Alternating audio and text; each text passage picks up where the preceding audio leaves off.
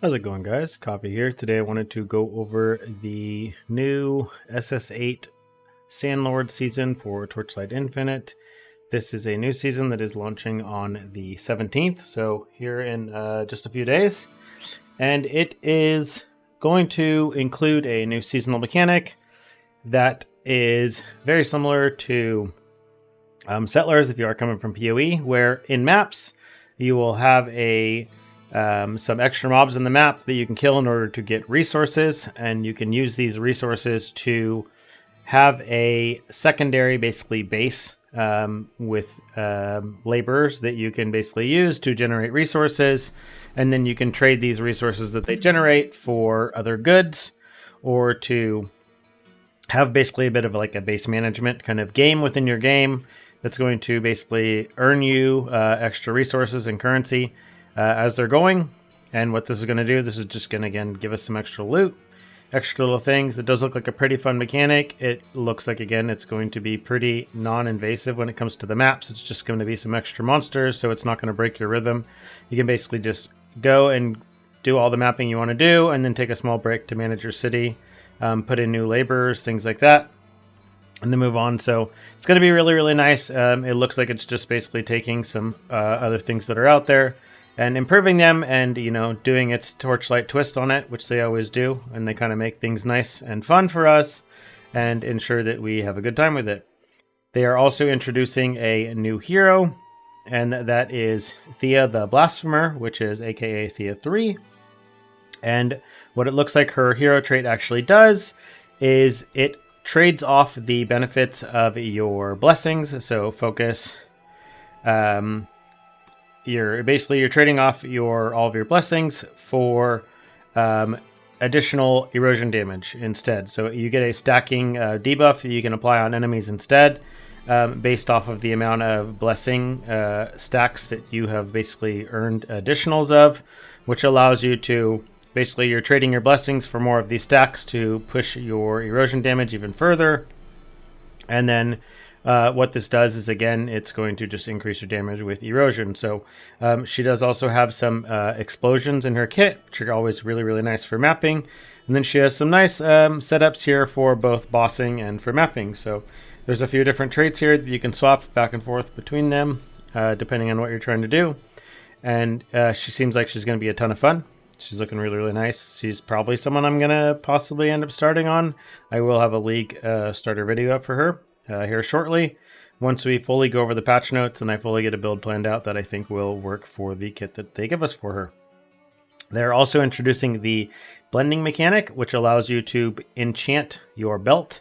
And you can enchant this with either, again, medium talent, level 1 talent, or level 2 talent from the tree, or they allow you to actually pick up hero traits, additional hero traits that you have that matches for yourself. So if you see here, the blending affixes can only be put on the same hero that you are. So these are similar to Forbidden Flesh and Flame Jewels from Path of Exile.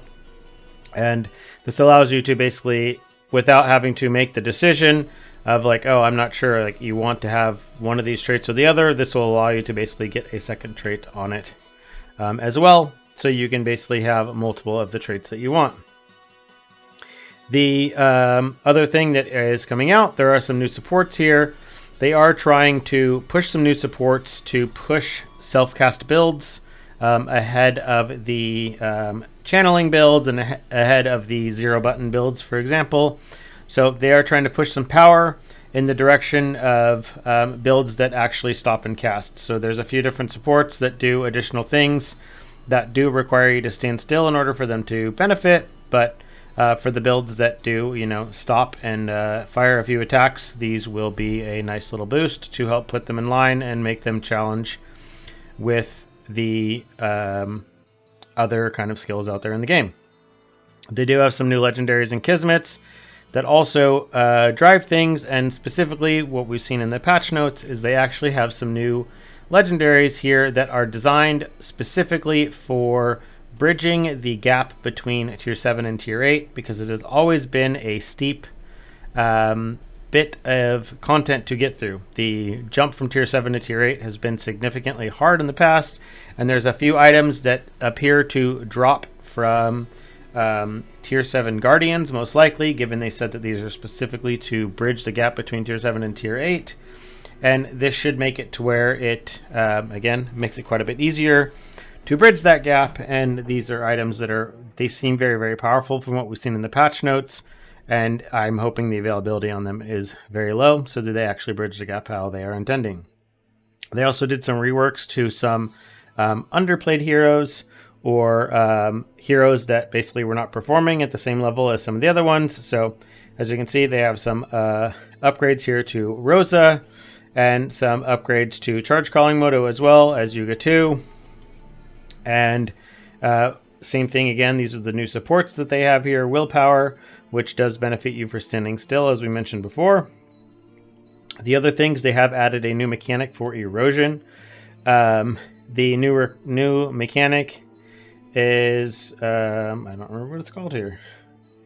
Basically, what the new mechanic does is it calculates and it does additional damage based off of, I guess it's called deterioration, and it does additional damage based off of a percentage of the hit erosion damage here, as you can see. So it deals true damage equal to 60% of the hit erosion damage after a certain amount of time. There are ways to make it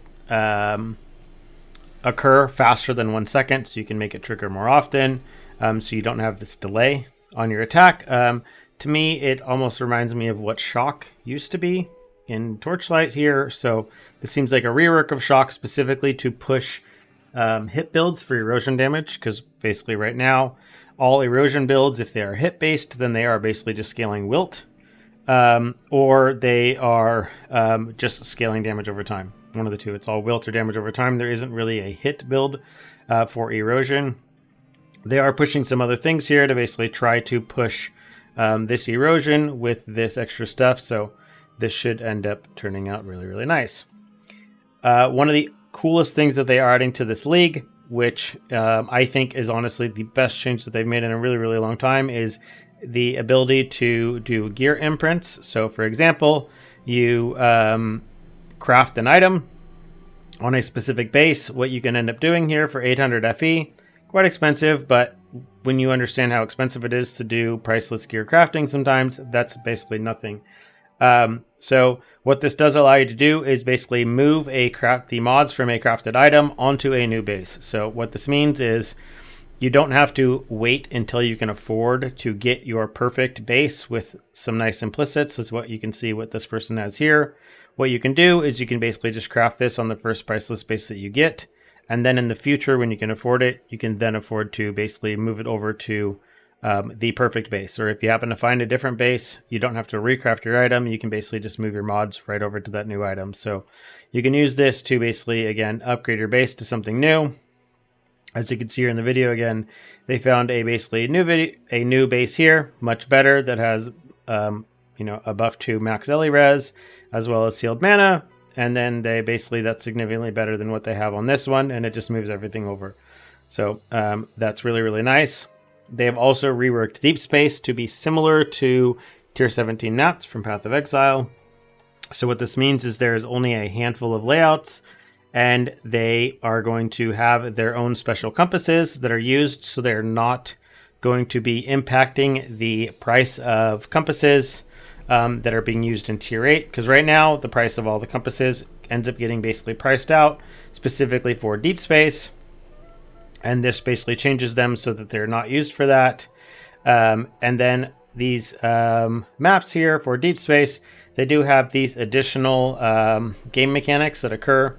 So additional things that occur based on the map that can't be, I believe they can be rolled over still, but they can only be rolled a few times before you just end up getting stuck with something. So you can roll through here. These are going to be a nice new challenge, something nice new to farm as well, that also uses its own things here. So if you want to make them harder, significantly harder for that extra boost, you can do that, but this is something you can do as you continue to push your build.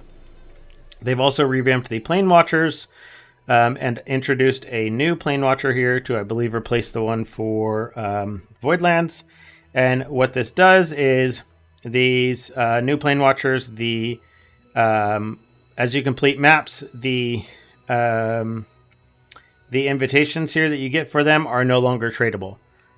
So what that means is that they basically want people to actually be running these themselves instead of just selling them off as what they were doing before. And it seems like they have quite a few different stages of difficulty that increases the drops that you can get from them. So this is really, really cool.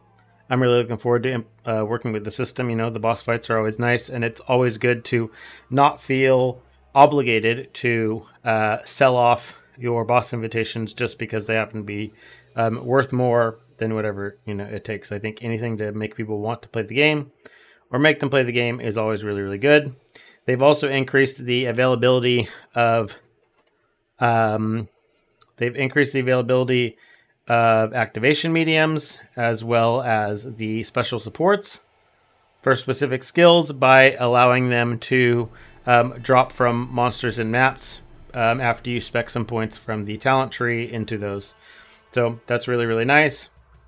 I've done a little update on Supreme Showdown as well for those. And another really, really big one, Arcana.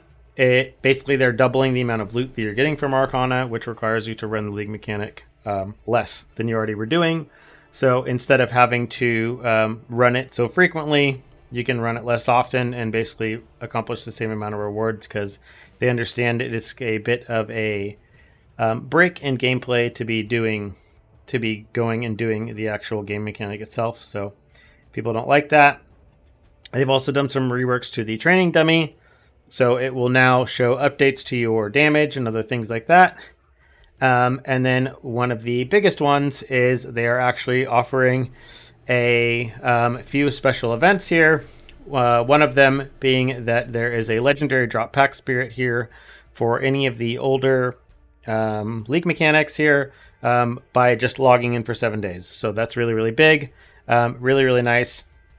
Even for myself, as someone who does get some stuff kind of as a creator, I am happy to be able to finally get the pet for the cube. So really, really looking forward to that. Looking forward to the season. It looks like it's going to be a ton of fun. They're doing a lot of balance updates and things like that. Patch notes look pretty good. Biggest changes from that are that they're trying to slow down the 0 button builds a bit. So things like mind control, things like whirlwind and train. They're trying to slow them down a little bit, so they lost some movement speed, and they are basically just trying to push builds where people are actually playing the game. So I'll do another video here going over the patch notes here probably tomorrow, and then I'll just be posting build guides leading up to the launch itself. So if you have any questions, leave them in the comments down below, and other than that, see you in the next one.